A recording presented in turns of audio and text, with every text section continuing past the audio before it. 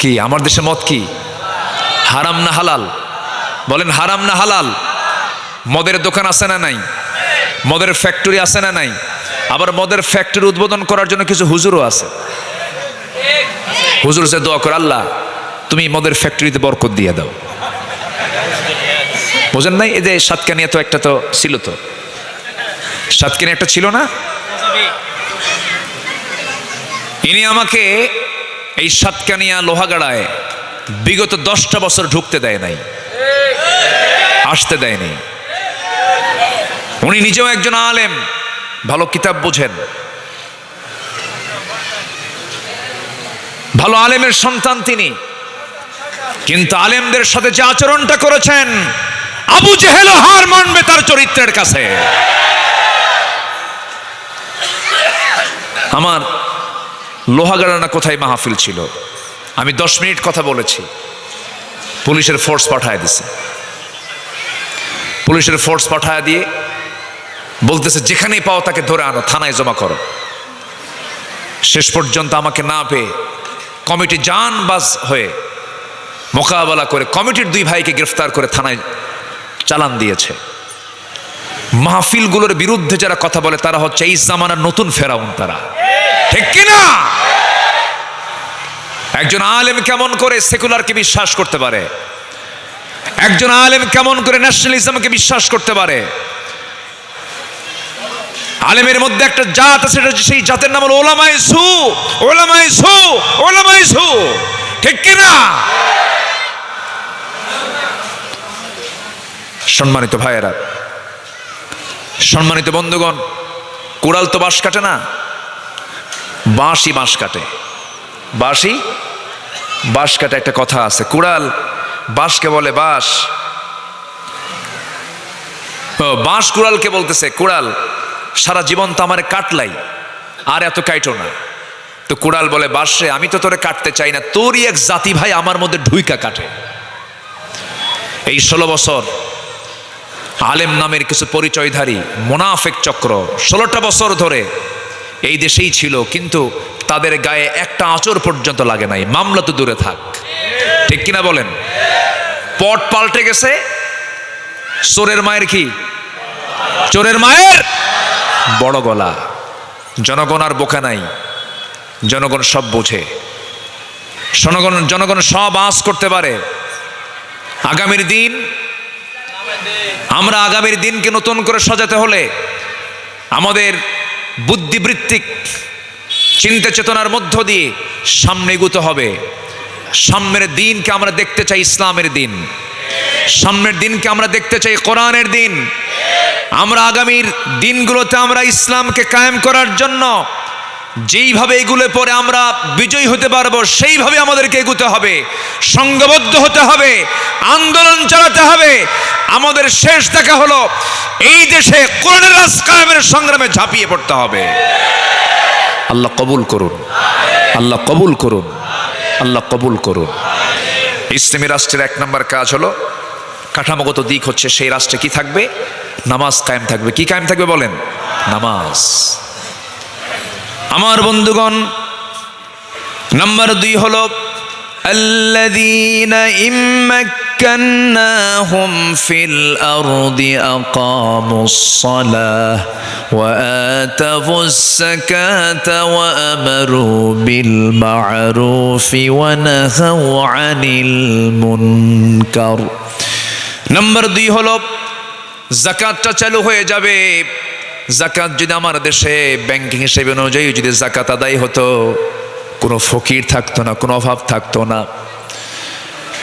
আমার বন্ধুগণ, যাকাত, নামাজ যেমন ফরজ, রোজা যেমন ফরজ, যাকাত তেমনই ফরজ।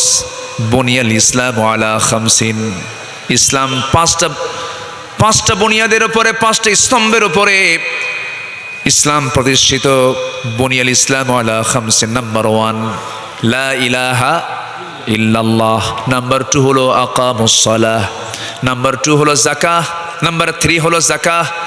নাম্বার 3 হলো সওম রমাদান কি হজ। নাম্বার 5 হলো সওম রমাদান। জাকাতকে আল্লাহ পাক 3 নম্বর পিলারে রেখেছেন।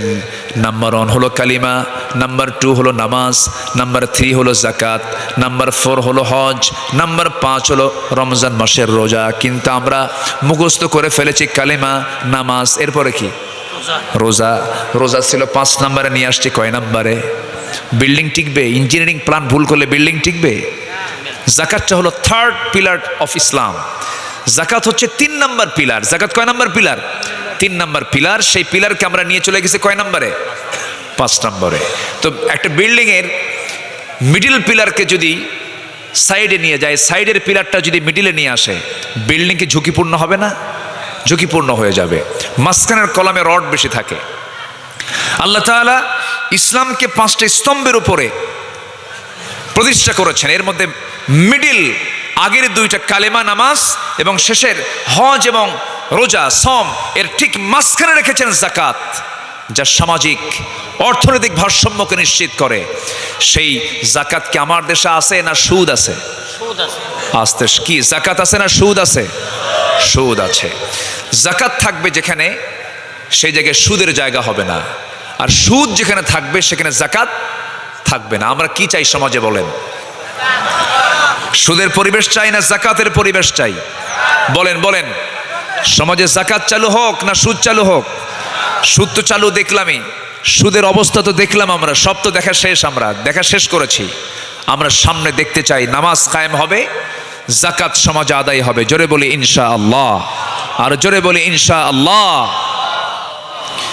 আমার বন্ধুগণ, আল্লাহ রাব্বুল আলামিন নাম্বার 3 বলছেন, আকামুস সালাতা ওয়া আতাফুস যাকাতা ওয়া আমারু বিল মা'রুফি ওয়া নাহাউ আনিল মুনকার। নাম্বার 3 হলো সৎ কাজের আদেশ দেওয়া, অসৎ কাজের বাধা দেওয়া। ইসলামী রাষ্ট্রের বৈশিষ্ট্য হলো, ইসলামী রাষ্ট্রে হারাম কাজ করা খুব জটিল হয়ে যাবে, হালাল হালাল কাজ করাটা সহজ হয়ে যাবে। আর অনিসলামী রাষ্ট্রের বৈশিষ্ট্য হলো হারাম কাজগুলো করা সহজ হয়ে যাবে, আর হারাম কাজগুলো করা খুব সহজ হয়ে যাবে অনিসলামী রাষ্ট্রে, আর ভালো কাজ করাগুলো জটিল হয়ে যাবে।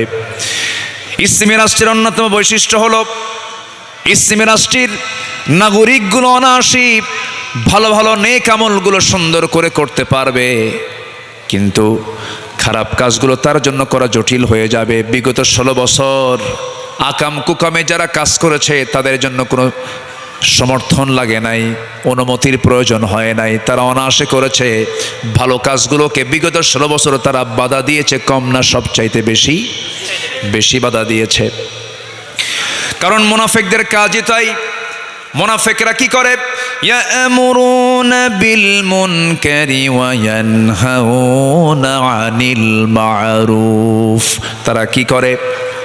সৎ কাজের বাধা দেয়, অসৎ কাজের সমস্ত কার্যক্রমগুলো চালু করে দেয়। কিন্তু ইমানদার যারা, তারা কি করে? ওয়ালতাকুম মিনকুম উম্মাতুন ইয়াদউনা ইলাল খায়রি ওয়া ইয়ামুরুনা বিল মা'রুফি ওয়া ইয়ানহাউনা আনিল মুনকার। আরেক জায়গায় বলছেন, কুনতুম খায়রা উম্মাতিন উখরিজাত লিন-নাসি তা'মুরুনা বিল মা'রুফি ওয়া তানহাউনা আনিল মুনকার ওয়া তু'মিনুনা বিল্লাহ। আমার বন্ধুগণ, আল্লাহ রাব্বুল আলামিন আমাকে আপনাকে দায়িত্ব দিয়েছেন, শরীয়ত বিরোধী কোনো কাজ যদি তুমি সমাজে চলতে দেখো, সেই সময় তোমাকে প্রতিবাদী হয়ে সৎ কাজের আদেশ দিতে হবে, অসৎ কাজের বাধা প্রদান করতে হবে। একটা হাদিসে এসেছে, মান রাআ মিনকুম মুনকারান ফালিগাইয়িরহু বিয়াদিহি ফাইন লাম ইয়াসতাদি' ফাবিলিসানিহি ফাইন লাম ইয়াসতাদি' ফাবিকলবিহি ওয়াযালিকা আদআফুল ঈমান আও কামা ক্বালা আলাইহিস সালাতু ওয়াস সালাম। তোমাদের ভিতরে যদি কোনো ব্যক্তি শরিয়া বিরোধী, ইসলাম বিরোধী, দিন বিরোধী কোনো অন্যায় কাজ যদি সংগঠিত হতে দেখে, নাম্বার ওয়ান সে প্রতিহত করবে, মুখ দিয়া নয়, অন্তর দিয়া নয়, প্রথম প্রতিবাদ করবে সে হলো কি দিয়া বলেন? হাত দিয়া। বিয়াদিহি, এটা হচ্ছে 1 নম্বর ইমানের পরিচয়। সময় এসেছে আমাদের যুবকরা, তোমার গ্রাম তুমি টার্গেট করো, কে নামাজ পড়ে আর কে নামাজ পড়ে না। এই মাইকলা, মাইকলা কোথায়, কি করে উনি? এটার সাউন্ড নাই তো, মনিটরের সাউন্ড বাড়ান, সাউন্ড হেরে যাচ্ছে, আপনি কি করেন? যুব সমাজ যারা আছো, তোমার গ্রামকে তুমি মাথায় নাও, তোমার গ্রামে কে নামাজ পড়ে আর কে নামাজ পড়ে না, তাদের একটা তালিকা করো, তাদের মাঝে দাওয়াতি কাজ করো। তোমার গ্রামে কোন ঘর থেকে কোন মহিলা বোরকা ছাড়া বের হচ্ছে, সেই বাড়িতে চলে যাও। সেই বাড়ির মূল গার্জিয়ানকে, মূল মুরব্বীকে বলো, দেখুন আপনার বাড়ি থেকে আপনার অমক আপত্তিকর পোশাক পরে বাইরে বের হয়, অর্ধলগ্ন পোশাক পরে বের হয়, এটা বেমানান।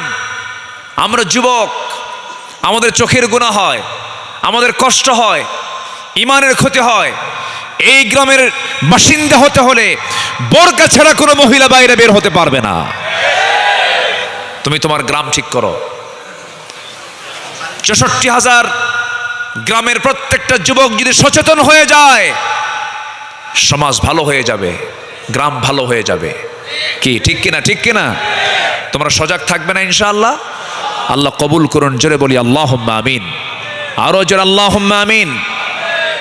তোমার গ্রামের মাতব্বর নামাজ পড়ে নাই, পরিবেশ এসেছে, এখন তাকে নামাজের দাওয়াত দাও।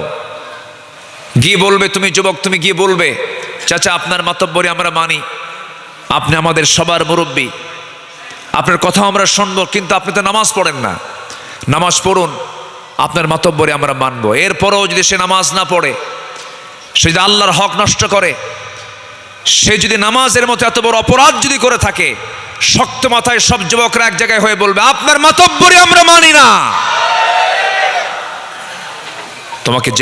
তোমাকে জেগে উঠতে হবে, তোমাকে এগিয়ে আসতে হবে। আগামীর বাংলাদেশ তোমার হাতে যাবে। অতএব একটা আদর্শ লালন করবে, তিনি হচ্ছেন মুহাম্মদ সাল্লাল্লাহু আলাইহি ওয়াসাল্লাম। সে আদর্শকে লালন করে তুমি তোমার কার্যক্রম চালিয়ে যাবে এবং নিজেকে সুন্দর করে গুছিয়ে তুলবে। নামাজ পড়তে হবে কয় ওয়াক্ত? আসতে বলবেন না, কয় ওয়াক্ত? সময় না অসময়ে, বুঝে না ও না বুঝে, জেনে না না জেনে, আসতে না তাড়াতাড়ি,